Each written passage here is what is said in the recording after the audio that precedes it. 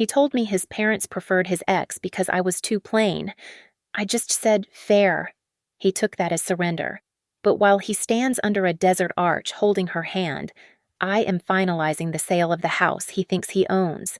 I let it go for $9.7 million cash just to close the deal in 48 hours. By the time he raises a glass to her, he will be effectively homeless. My name is Delaney Rhodes. At 38 years old, sitting in the corner office as the Chief Financial Officer of Halcyon Ridge Advisory, I have trained my mind to operate like a high-frequency trading algorithm. I assess risk. I calculate exposure. I predict the crash long before the first tremor hits the floor.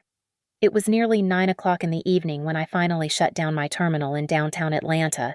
My eyes burned from 14 hours of staring at spreadsheets, but my mind was not tired. It was humming, cold and sharp as a surgical scalpel. My phone buzzed against the polished mahogany of my desk. It was a text from Evan Mercer, landed in Phoenix. Hotel is decent. Big pitch tomorrow. Love you. I typed back a concise reply. Get some rest. Good luck. I did not suspect a thing. For 5 years, I had allowed Evan to borrow my stability to build his own comfort. I was the infrastructure. He was the facade. I paid the mortgage, the country club dues, and the credit card bills while he chased the idea of being a visionary entrepreneur. I accepted this dynamic as the overhead cost of companionship.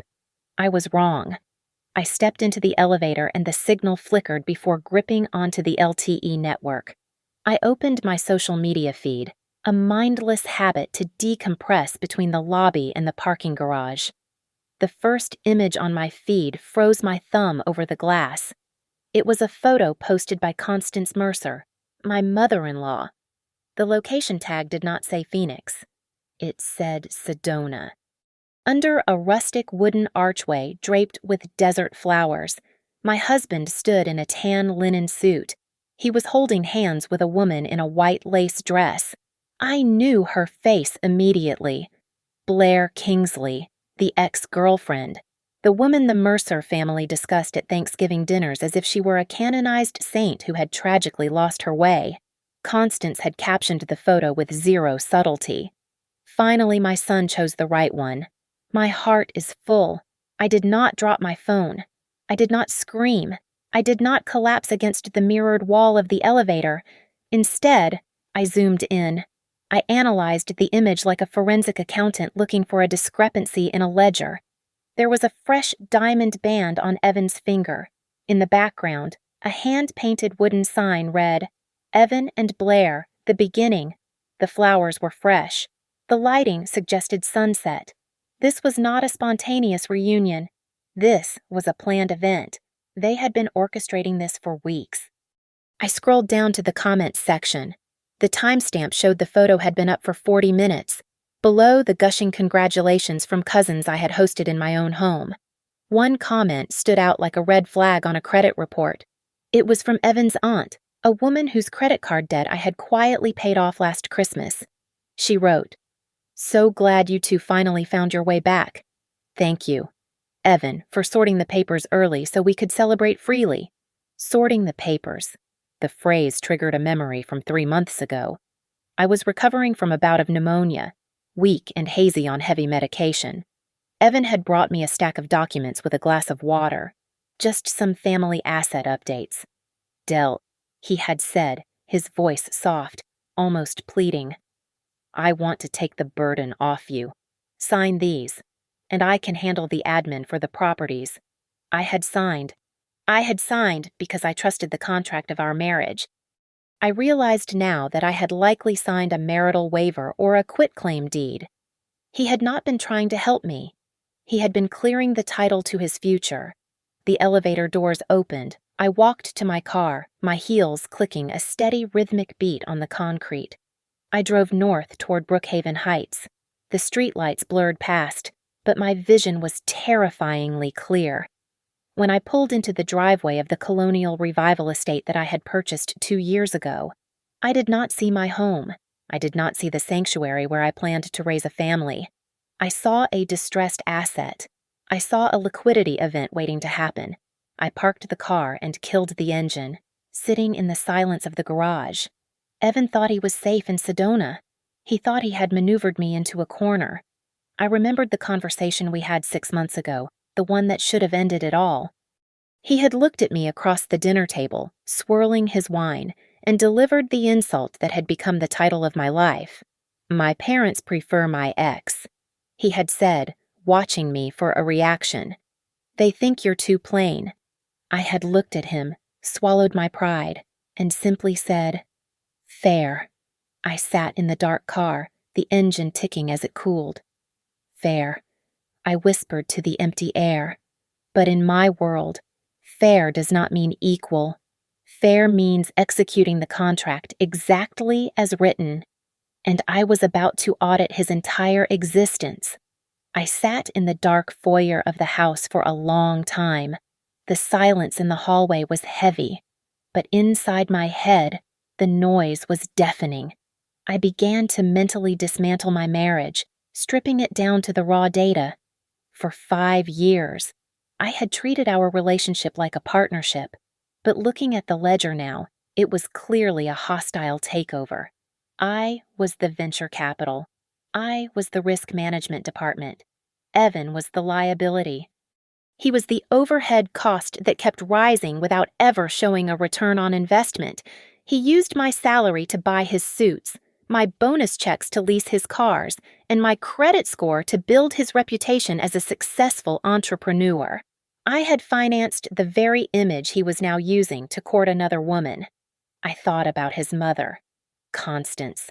Her voice echoed in the empty living room, high-pitched and laced with that southern sweetness that tasted like arsenic. Delaney is so good, she used to tell her friends at the country club, patting my hand with a touch that felt more like a restraint than affection. She is just like a machine. You put a problem in, and she fixes it. So, useful. I realized now that she never meant it as a compliment. To the Mercer family, I was not a wife or a daughter-in-law. I was an operating system. I was a utility bill they paid with tolerance so they could keep the lights on. They hated that I spoke about interest rates instead of interior design. They hated that when they pressured us about having children during Sunday dinners. I talked about college funds and market volatility. You are too cold, Evan had told me once. After I refused to liquidate a bond to pay for a vacation we did not need. It is unwomanly. Delaney, you act like a bank manager, not a mother. They did not want me to be beautiful. They wanted me to be solvent. They wanted me to be plain so that I would be grateful for their attention. They wanted me to pay for the lifestyle that Blair Kingsley was now enjoying under that desert arch. My hand tightened around my phone. The urge to call Evan and scream, to shatter his moment of triumph, was a physical ache in my chest. I wanted to burn his clothes on the front lawn. I wanted to post the bank statements on his mother's Facebook wall. But I stopped myself. Rage is messy. Rage is loud. And in my line of work, I know the golden rule of crisis management. Loud gives them time to prepare. Loud gives them a warning shot. Silence takes the floor away from under their feet before they even know they are falling. I scrolled past Evan's contact information. I did not call my mother. I did not call a friend to cry. I called Juno Price. Juno was a shark in a silk blouse, a specialist in high-asset divorce cases where one party is trying to hide money and the other party is trying to kill them. She answered on the second ring, even though it was past 10 o'clock at night. Delaney Juno's voice was sharp, instantly alert. You never call this late unless the building is on fire or the market has crashed. The market has crashed, I said, my voice steady, terrifyingly calm. Evan is in Sedona. He is having a commitment ceremony with his ex-girlfriend. His mother is there. They think I am asleep in Atlanta. There was a pause on the line, followed by the sound of a laptop opening. Okay. I am listening. I do not want a scene. Juno, I do not want a negotiation. How do you want to play this? She asked. Silent, I whispered. I want to scorch the earth. I want them to return from their little celebration and find that their whole life has no key. I want them locked out of everything." "Understood," Juno said. "Give me the list. First, I want a full title search on this house. I need to know exactly how exposed I am. Second, I want every joint credit line frozen immediately. Mark it as fraud activity if you have to. Just shut off the tap. Third, draft the divorce petition, but do not file it yet. I want the element of surprise." I could hear Juno typing furiously. Minutes ticked by, the sound of keystrokes the only comfort in the dark house. "Delaney," Juno said, her voice changing pitch. "I am looking at the county clerk records for the property on Brookhaven Heights. When did you buy this place 2 years ago, after the wedding? And you used your inheritance money for the down payment, correct? From your grandmother's trust?" "Yes." Evan said he would handle the paperwork to add his name later because his credit was messy at the time. "He made me sign some papers a few months ago, saying it was to update the deed." Juno laughed. It was a dry, dark sound. Well, he messed up. Or maybe he just assumed the law worked differently. "Delaney, the papers you signed were for a homestead exemption application, not a quitclaim deed. He is not on the title. He is not on the mortgage. Georgia is an equitable division state, but separate property acquired with separate funds remains separate unless commingled." I sat up straighter. "What does that mean?" "It means," Juno said, "that Evan thinks he owns half of this house because he sleeps in it. He thinks marriage gave him an automatic right. But on paper, this house is 100% yours. He is just a guest." A cold smile touched my lips for the first time that night. "A guest," I repeated. "Then it is time for checkout." I checked into a suite at the St. Regis under the name Delaney Rhodes, leaving the Mercer surname in the driveway back in Brookhaven Heights. By midnight, I had transformed the dining table into a war room. My laptop hummed in the center, flanked by legal pads and a burner phone. On the left screen, I had Evan's flight logs and the credit card transaction history. On the right screen, I monitored Constance's Instagram feed, which was currently broadcasting a video of a toast given by Evan's best man. Juno was on speakerphone, her voice tight with tension. She had been reviewing the scanned copies of the documents Evan had tricked me into signing 3 months ago. "Delaney, listen to me carefully," Juno said, the rustle of paper audible in the background. "These documents are not enough to transfer the title of the house to him immediately. However, they are dangerous. He had you sign a durable power of attorney with a trigger clause." "What kind of trigger?" I asked, staring at the frozen image of Evan raising a champagne glass. "Incapacity," Juno replied.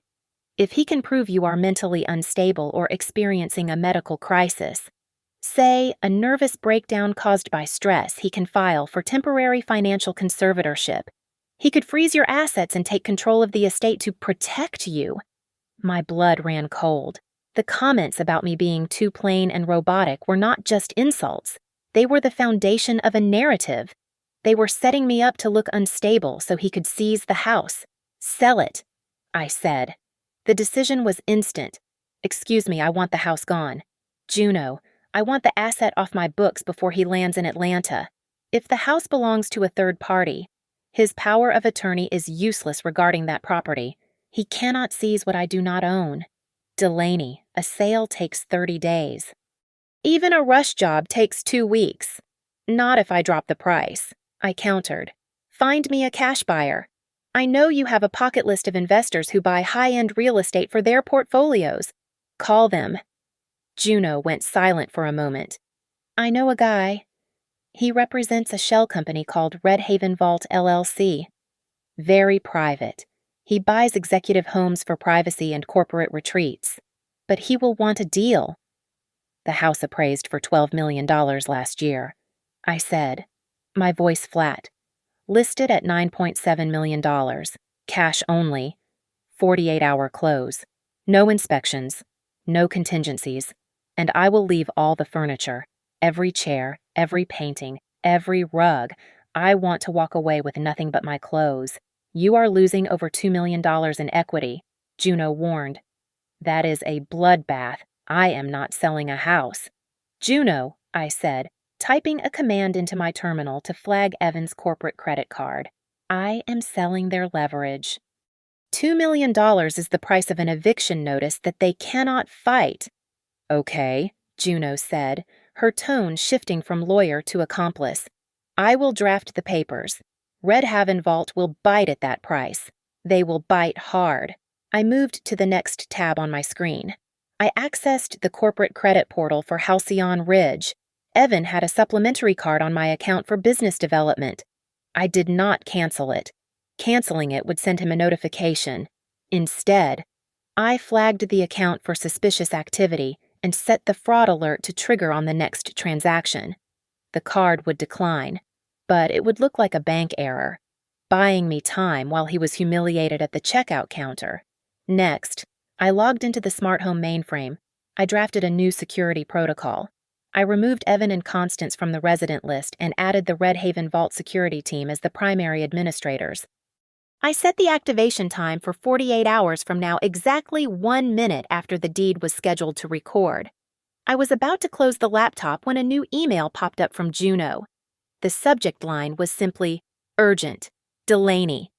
"Are you looking at your email?" Juno asked, her voice dropping an octave. "I am opening it now." I pulled the preliminary title report to prepare for the sale to Red Haven. Juno said, "There is a flag on the property history. Someone contacted the title company 12 days ago to schedule a pre-listing appraisal." I stared at the screen. The request had come from an email address I recognized. Evan, Mercer, Grothigmail, Com. He was going to sell it. I whispered.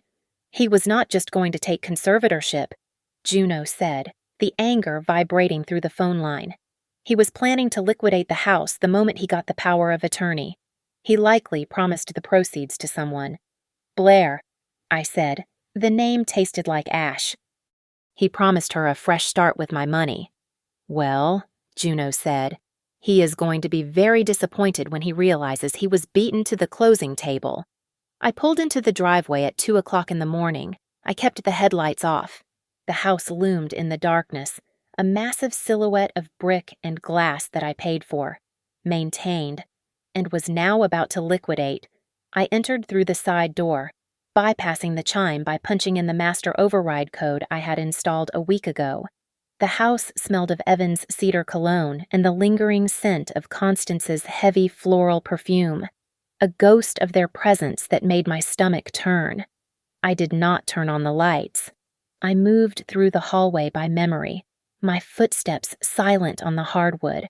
I was not a wife coming home. I was an auditor entering a crime scene.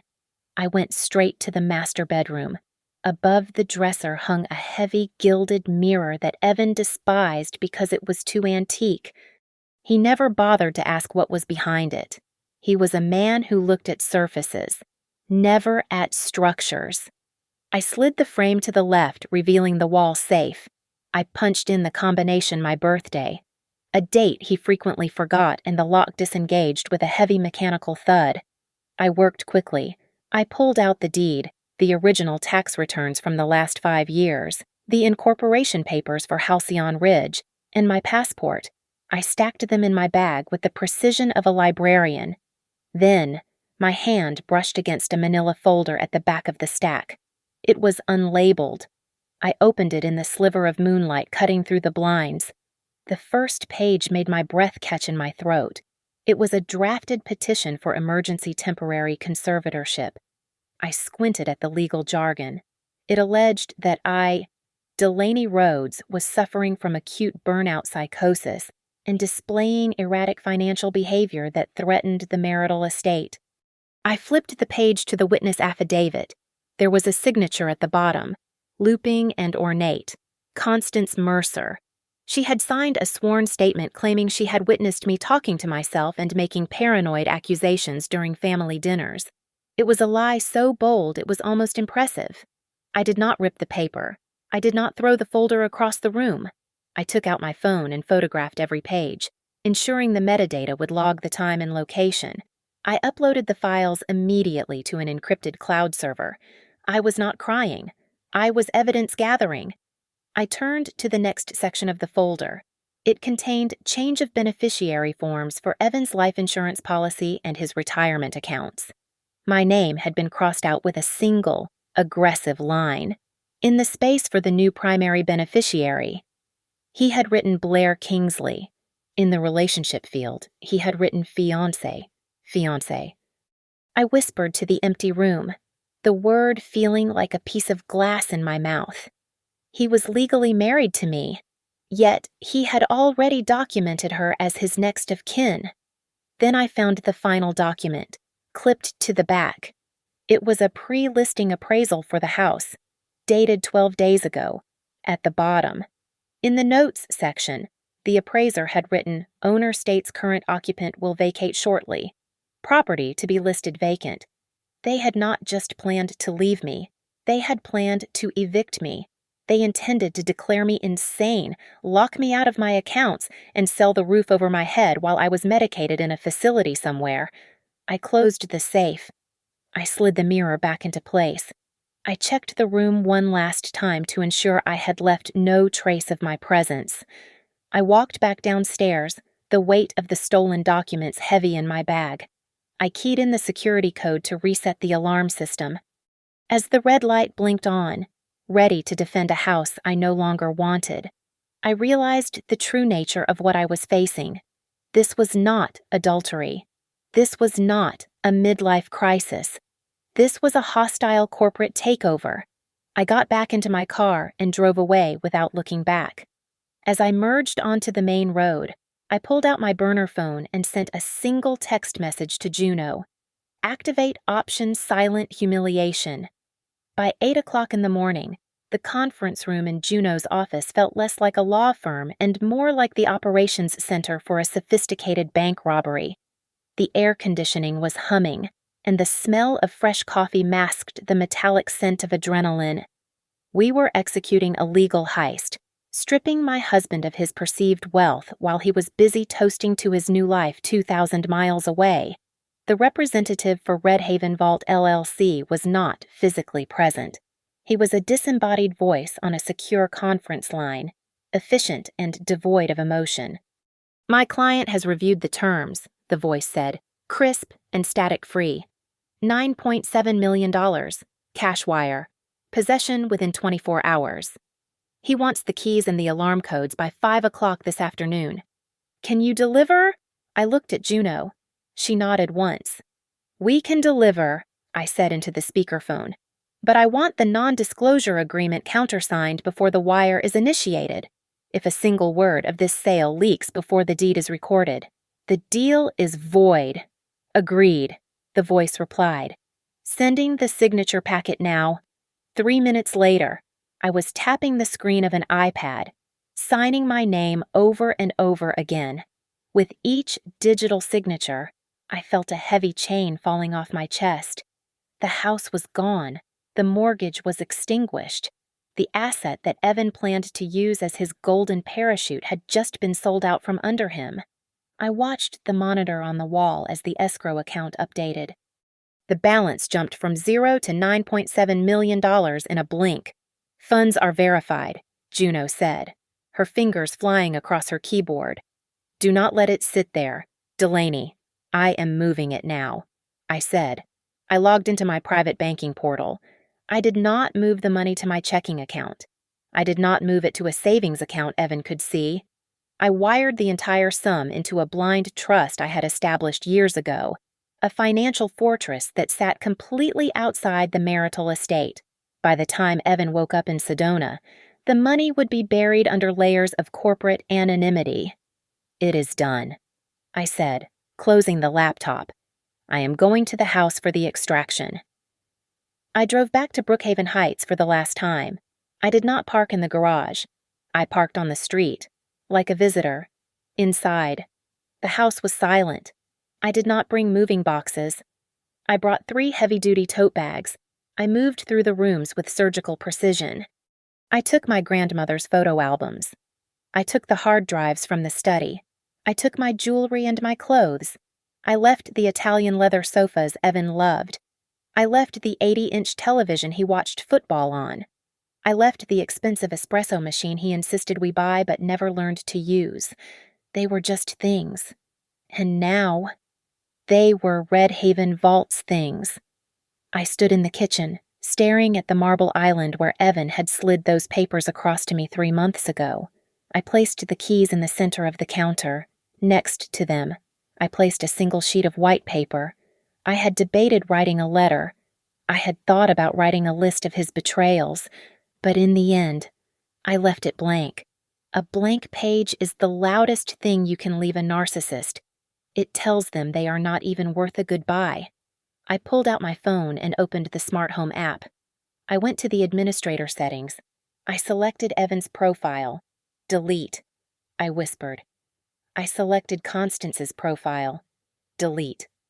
I added the security team for the new owner. Then, I updated the community gate log. I placed a permanent ban on any guest entry unauthorized by the new owner, effective immediately upon the deed recording. As I walked out to the driveway, I noticed Evan's prized luxury SUV parked on the side.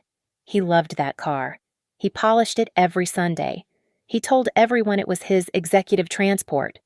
I paused, pulling up the vehicle registration on my phone. Just as I suspected, the lease was held by Halcyon Ridge Advisory. It was a company car. I dialed the number for a towing service I used for corporate fleet management. "This is Delaney Rhodes from Halcyon Ridge." I said, "I have a company vehicle that requires repossession. It is an unauthorized use situation. I want it picked up tomorrow morning at 10 o'clock. Yes, take it to the impound lot." I hung up. I did not want the car. I just wanted him to walk out of the airport and realize he had no ride. I walked down the driveway, the gravel crunching under my boots. I did not look back at the house. I got into my sedan and started the engine. My hands were steady on the wheel. I expected to feel grief. I expected to feel fear. Instead, I felt a strange, airy lightness in my chest. It was the feeling of a surgeon who had successfully cut out a tumor. I checked the time. It was 11 o'clock in the morning. "Let them come home," I said to the rearview mirror. "The locks are already changed." The sun was high and unforgiving at 12 o'clock in the afternoon, when the Mercer caravan pulled up to the security gates of Brookhaven Heights. I was parked a block away in a rented sedan with tinted windows, watching the feed from the dashboard camera I had legally installed on the front gate just before the transfer of ownership. It was like watching a slow-motion car crash, except the drivers were smiling, completely unaware they had already hit the wall. Evan stepped out of the lead car, looking tan and triumphant in his linen suit. Blair was right beside him, beaming, clutching a designer bag that I knew he had bought with his business development bonus. Behind them, Constance emerged from a second vehicle, leading a small entourage of aunts and cousins like she was the Queen Mother arriving at court. Evan approached the keypad with the swagger of a man returning to his kingdom. He punched in the code "my birthday." The light flashed red. A harsh, electronic rejection tone cut through the midday air. Evan frowned, laughing nervously as he looked back at Blair. "Must be a system glitch," he said, his voice loud enough for the microphone to pick up. "They updated the software last week. Hang on." He punched the code again. Harder this time. Red light. Then he tried the backup code. Red light. "Is there a problem?" "Sir?" The gate guard stepped out of the booth. It was not old Mr. Henderson, whom Evan used to charm with cheap cigars. It was a new officer from the private security firm hired by Red Haven Vault. He was 6'4", wearing a tactical vest, and he did not look charmed. "Yes, there is a problem," Evan snapped, his patience fraying. "The gate is not opening. I am Evan Mercer. I live at 42 Oakwood Lane. Open it." The guard looked down at a digital tablet. 42 Oakwood Lane. That property is listed as vacant and secured. Vacant. Evan laughed, a sharp, barking sound. My ex-wife, is moving out. I am the owner. Open the gate." The guard did not blink. "I am sorry, sir. The property at 42 Oakwood Lane was transferred yesterday afternoon." The current owner is Red Haven Vault LLC. All prior access codes have been purged. You are not on the authorized entry list." The silence that followed was heavy enough to crush a lung. Blair stepped forward. Her smile vanished. "Evan," she said, her voice trembling. "You said the house was in your name. You said she was just staying there until you kicked her out. The lie, nurtured for months, unraveled in seconds." Evan's face drained of color. "It is my house," Evan yelled, slamming his hand against the keypad pillar. "She cannot sell it. I have rights." Constance marched forward, digging into her oversized purse. She pulled out the folder I had seen in the safe, the fraudulent petition for conservatorship. "We have legal papers," Constance shrieked, waving the document like a weapon. "That woman is mentally unstable. We have a petition for emergency guardianship. She is not competent to sell anything." The guard looked at the paper without touching it. "Ma'am, that is a petition," he said, his voice bored. "Unless you have a court order signed by a judge that predates the deed recording, it is irrelevant. The sale is closed. The deed is recorded. If you do not step back from the gate, I will call the police for trespassing." "This is ridiculous," Constance screamed. "Do you know who we are?" "I know you are blocking traffic," the guard replied. Behind them, a neighbor, Mrs. Gable, was walking her poodle. She had stopped, her phone raised. She was recording the entire scene. I could see the red dot on her screen from where I sat. She thought it was a welcome home party gone wrong, but in a few hours, the video of the wealthy Mercers screaming at a security guard would be circulating in every group chat in the neighborhood. My own phone began to buzz. It was Evan. He was calling me. I watched him on the screen, holding his phone to his ear, his eyes wild, scanning the street. I put the car in gear. I did not answer. I slowly rolled past the entrance, keeping my speed steady. Evan looked up. He saw me. For a second, our eyes locked through the glass. He dropped his phone to his side, his mouth opening to shout my name, but no sound came out. He looked at me, and he did not see the plain, robotic wife he had mocked. He saw the stranger who had just locked him out of his life. I did not stop. I did not flip him off. I just kept driving, my face completely blank. In the rearview mirror, I saw the tableau crumble. Blair was crying, pulling her hand away from Evan's arm. Constance was yelling at Evan, hitting him on the shoulder with the very legal folder she had signed to destroy me. They were turning on each other on the sidewalk, stripped of their dignity, stripped of their shelter. "Fair," I whispered to the quiet interior of my car. I turned the corner and the image of them vanished. But I wasn't going to a hotel to hide. I was heading to the office. Locking the gate was just the opening act. Now, it was time to drop the curtain on his career. I arrived at the headquarters of Halcyon Ridge Advisory at 6 o'clock in the morning. The glass tower was silent, a fortress of steel and data that I had built from the ground up. I walked into the server room, authorized by my biometric scan, and initiated a Level 4 internal control review. This was the nuclear option of corporate governance. It froze all executive privileges for a comprehensive audit. First on the list was Evan Mercer, our Director of Growth. I had invented that title for him 3 years ago because he complained that sales manager sounded too pedestrian. I typed the command to suspend his credentials. His email, his cloud access, and his building pass were deactivated instantly. "Let's see what you have been growing." "Evan," I whispered to the screen. I authorized an independent forensic audit on his expense account. I did not tell the auditors what to look for. I just told them to flag any vendor that had been added in the last 90 days. By noon, the preliminary report was on my desk. It was a masterpiece of stupidity.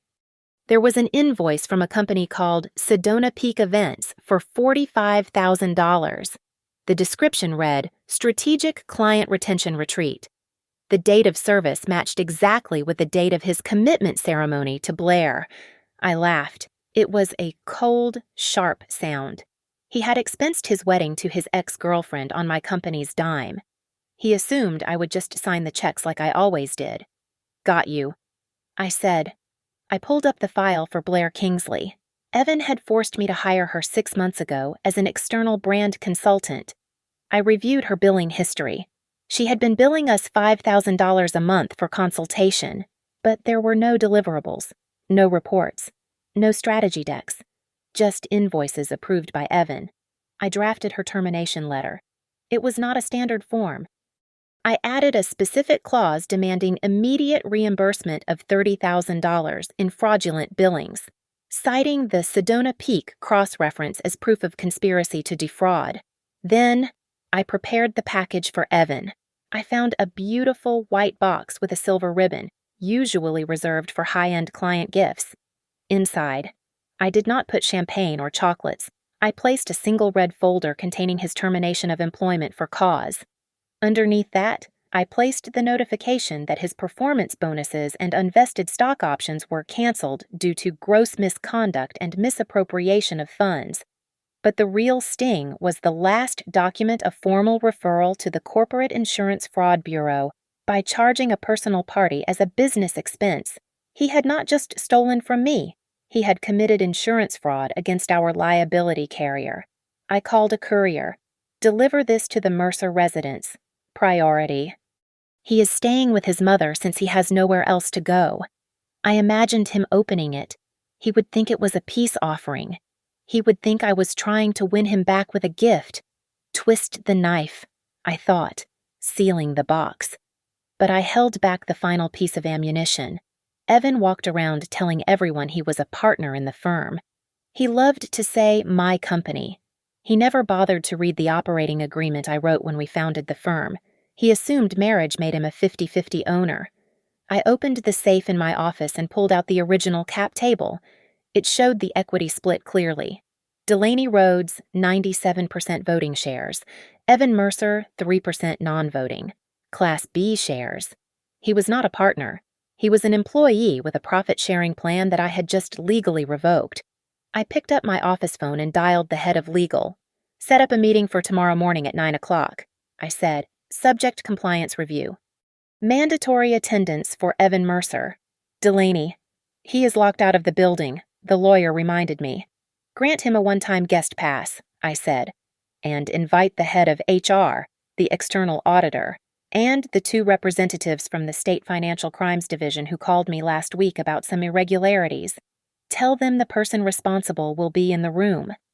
"Is this a firing no?" I said, staring at the invoice for the wedding I paid for. "This is an execution." It was 4 o'clock in the afternoon when Marin, a junior analyst in our accounts payable department, knocked on my glass door. She looked terrified.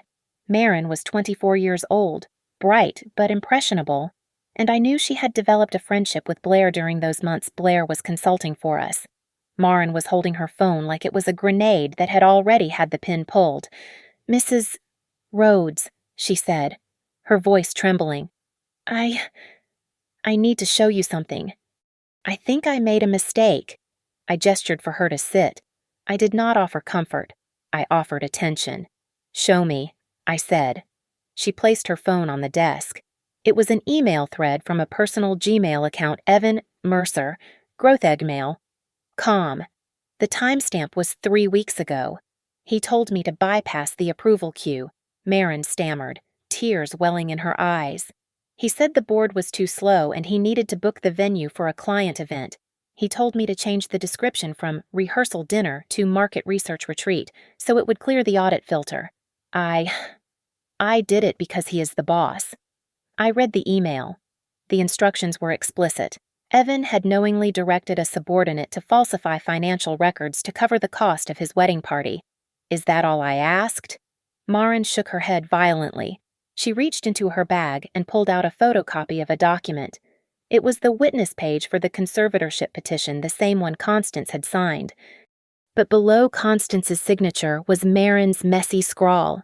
"He told me it was FMLA paperwork." Marin sobbed. "He said you were having a breakdown.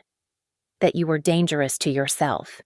He said he needed a witness to get you into a private clinic for rest. I signed it because I was worried about you, Mrs. Rhodes. I swear. I did not know it was to take your money. I stared at the girl. Evan had not just planned to steal my house. He had weaponized the empathy of my own staff to build a legal cage around me. He had lied to a young employee, exploiting her loyalty to frame me as mentally incompetent. "Stop crying," I said, my voice cutting through her panic. "I do not need your tears, Marin. I need your timeline." I pushed a legal pad toward her. "Forward every email he has ever sent you to my secure server," I commanded. "Then, sit here and write down exactly what he said to you when he made you sign this. If you cooperate, you are a whistleblower protected by our internal compliance policy. If you lie to protect him, you are an accomplice to fraud." "I will write it," she whispered. "I will write everything." While Marin wrote, I called Juno. We began to build the kill chain. We matched Marin's emails with the IP addresses from Evan's laptop. We traced the wire transfers for the retreat directly to the venue in Sedona. We linked the beneficiary changes to Blair and the false testimony to Constance. It was a perfect circle of conspiracy. "Delaney, look at the credit inquiry from last Tuesday," Juno said over the speakerphone. "The audit just flagged it." I opened the file. It was a loan application for $2 million in business credit, submitted to a secondary lender. Evan had listed himself as the sole guarantor. "He does not have $2 million to guarantee a ham sandwich," I said. "Read the fine print on the collateral." Juno replied. I zoomed in. He had listed anticipated conservatorship assets as the collateral. He was taking out a loan in his name, intending to pay it back by liquidating my portfolio once he had me committed. He was borrowing against my life before he had even successfully stolen it. "He is a parasite," I said, feeling a cold, hard rage settle in my chest. He was going to bury me in debt while I was locked away. I looked up at Marin, who was finishing her statement. She looked exhausted. "Go home." "Marin," I said, "do not text him. Do not warn him. If he calls you, let it go to voicemail." I picked up the phone and dialed my executive assistant. "Set a meeting for tomorrow morning at 9 o'clock, I said. "Room 4B. Tell Evan it is an urgent strategy session regarding the merger. He will think he won. He will think I am capitulating. Should I tell him you will be chairing the meeting?" "No," I said. "Let him walk into the room thinking he is the smartest man in the building. I want to see his face when the trap snaps shut." I left the office at 10 o'clock at night. I went back to the hotel and set my alarm for 3 hours of sleep. I did not need 8 hours. I needed the sharp, jagged edge of insomnia to keep me focused. Tomorrow was not just a meeting. It was the closing argument of my marriage. At 9 o'clock sharp, Evan walked into conference room 4B. He was wearing his best suit, the navy one I had bought him for our anniversary, but he looked disheveled. He had clearly rehearsed his opening line. He walked in with the weary, condescending expression of a man dealing with an hysterical woman. He did not look at the other people in the room yet. His eyes were fixed on me. "Delaney," he started, his voice dripping with faux patience. "Can we please do this privately? I know you are hurt. I know you are lashing out because you are emotional, but freezing the cards, changing the locks, it is beneath you. I just want to resolve this amicably so I can get back to work." I did not stand up. I sat at the head of the mahogany table, my hands folded on top of a thick stack of files. "Sit down." "Evan," I said. He stopped. For the first time, he actually looked around the room. He saw the director of human resources. He saw the lead forensic auditor from the external firm. He saw the company's general counsel. And then he saw the 2 men in ill-fitting gray suits sitting quietly in the back corner, detectives from the Economic Crimes Division. The color drained from his face so fast it looked like a physical blow. "Who are these people?" Evan asked, his voice cracking. "Delaney, tell them to leave. This is a marital dispute. She is doing this because she is jealous. She is vindictive because I fell in love with someone else. I looked at him, my expression unchanging. No, I said calmly. This is not about jealousy. This is about paperwork. I nodded to the auditor. He opened his laptop and projected a spreadsheet onto the wall. Mr. Mercer, the auditor said, his tone dry. We have identified $45,000 in unauthorized disbursements to a vendor listed as Sedona Peak Events. The invoice was submitted as a client retention retreat. However, cross-referencing with social media posts from the same date confirms this was a personal wedding ceremony. Evan shifted in his chair, sweat beading on his forehead. He pointed a shaking finger at the screen. That was Blair, he stammered. She sent that invoice. She told me it was a valid consulting expense. I did not look at it closely. I was just signing off on her work. She tricked me. I tapped a single sheet of paper on the table. Blair is not here to defend herself. Evan, I said, but Marin is. I slid the affidavit across the table. We have a sworn statement from your junior analyst. I continued, and we have the IP logs from your laptop. You created the invoice. Evan, you instructed Marin to bypass the approval queue. You directed the fraud from your own keyboard. The silence in the room was absolute. The director of human resources cleared her throat and opened a red folder. Effective immediately. Your employment with Halcyon Ridge Advisory is terminated for cause. She read. This includes forfeiture of all unvested options and immediate severance of all benefits due to gross misconduct and corporate theft. Evan stood up, slamming his hands on the table. You cannot fire me, he screamed, his eyes bulging. I am a partner. I am the director of growth. I own half this company. This is community property. I did not raise my voice. I simply placed the original operating agreement in the capitalization table in front of him. Read line 4, I said. He looked down. He saw the breakdown. Delaney Rhodes, 97% voting stock. Evan Mercer, 3% Class B non-voting incentive units. You do not own half. Evan, I said. You own 0% of the controlling interest. You were never a partner. You were an employee I allowed to play boss. And now, you are a fired employee with a debt he cannot pay. He slumped back into his chair, looking like a puppet whose strings had been cut. But I was not finished. I pulled out the final document, the petition for conservatorship. And this, I said, pointing to the signature at the bottom, this is the part that turns a firing into a felony. You conspired to have me declared mentally incompetent to seize control of assets you had no right to touch, and you got your mother to sign a false affidavit. Evan stared at Constance's signature. He realized in that second that he had not just ruined himself, he had dragged his mother into a criminal conspiracy. She did not know. He whispered, his voice trembling. I told her it was for your health. That is for the police to decide, I said. One of the detectives in the back stood up. He did not pull out handcuffs, but the sound of his chair scraping against the floor was loud enough to make Evan flinch. Mr. Mercer, the detective said, we need you to come down to the station to answer some questions regarding the loan application you submitted last week, the one where you listed these contested assets as collateral. Evan looked at me, his eyes pleading, begging for the wife who used to fix his mistakes to step in and save him. Delaney, he choked out. Please. I closed my folder. The meeting is adjourned, I said. As the detectives stood up, Evan scrambled toward the edge of the table, desperation clawing at his face.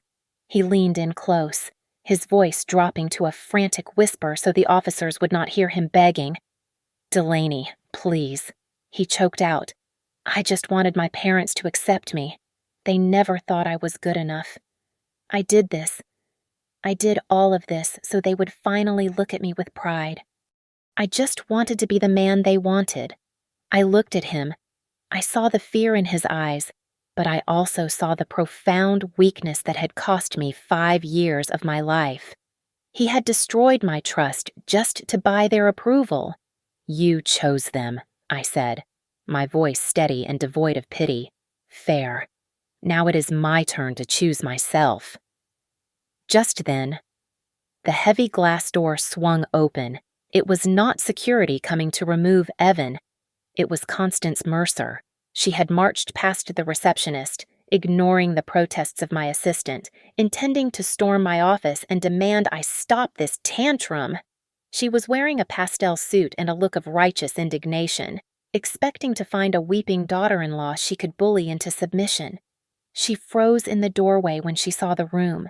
She saw the grim faces of the auditors, she saw the detectives, and she saw her son, pale and trembling. "Come in, Mrs. Mercer," the lead detective said, gesturing to an empty chair. "We were just discussing your signature."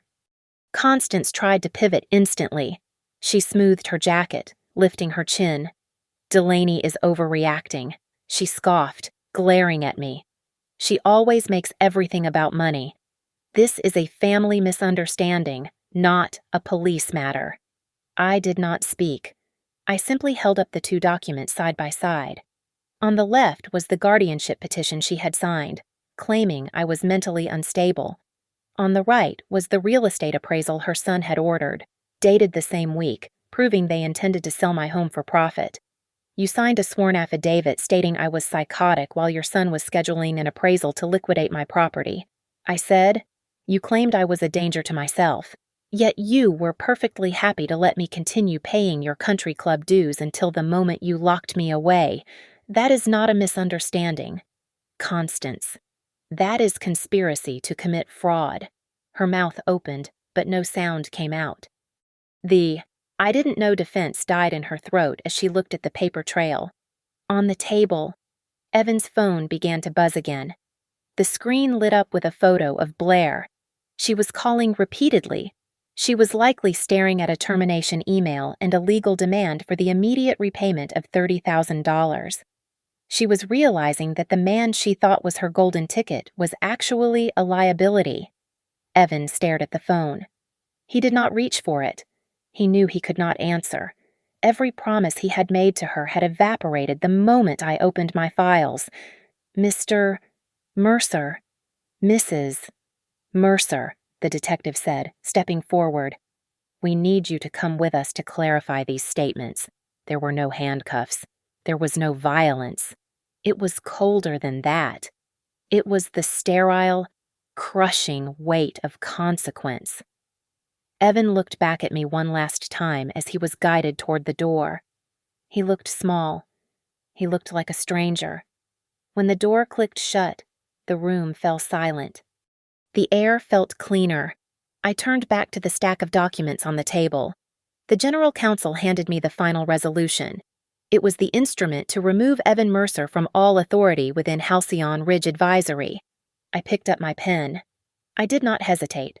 I signed my name with a flourish, the ink dark and permanent. I revoked his access. I revoked his power. I revoked his place in my story. I stood up and walked to the floor-to-ceiling window overlooking the Atlanta skyline. The city was moving below me, indifferent and alive. For the first time in months, my chest did not feel tight. I did not feel the rush of victory. Victory implies a game. And I had never wanted to play. I felt something better. I felt reclaimed. I walked out of the conference room, leaving the empty chair and the silenced phone behind. As I stepped into the elevator, my own phone vibrated with a single text message from Juno. Done. I typed back a one-word reply as the doors closed, shutting out the past forever. Fair. Thank you so much for listening to this story. I hope you enjoyed this journey of justice and reclaiming one's power. Please comment down below and let me know where you are listening from. I would love to hear your thoughts on Delaney's final move. If you enjoyed this video, please make sure to subscribe to the Lily Revenge Stories channel, like this video, and hit that hype button to help this story reach even more people. Your support means the world to me.